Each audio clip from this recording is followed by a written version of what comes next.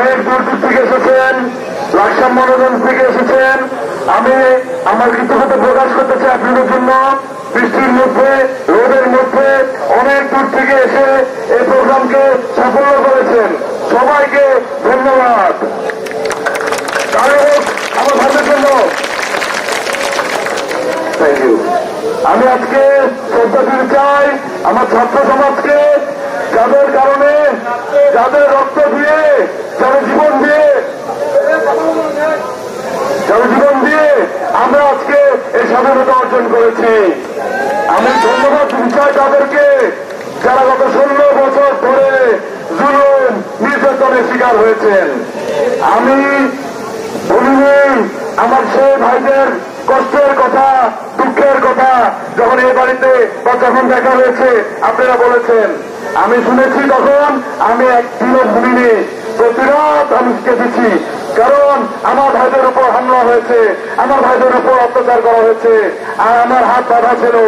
আমি বলতে চাই আমার হাত আর বাঁধা নয়।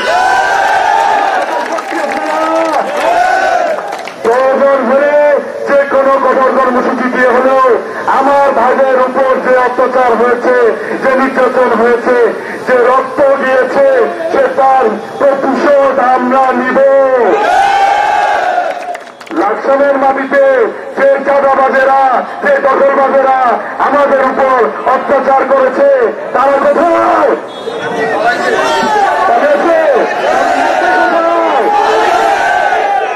আমার নেত্রী এদেশে এখনো আছে। বেগম খালেদা জিয়া গণতন্ত্রের মা, উনি নির্যাতিত, ওনার নামে ভুয়া মামলা দিয়ে গেছে। উনি দেশ ছাড়েনি, উনি আমাদের জন্য এই দেশে রয়েছে। ওনাকে বিভিন্নভাবে প্রেশার দেওয়া হয়েছে, আপনি দেশ ছেড়ে চলে যান, পালিয়ে যান। আমাদের নেত্রী পালিয়েনি, পালিয়েছে শেখ হাসিনা। এখন উনি পালিয়েছে, ওনার কর্মীরা কোথায়?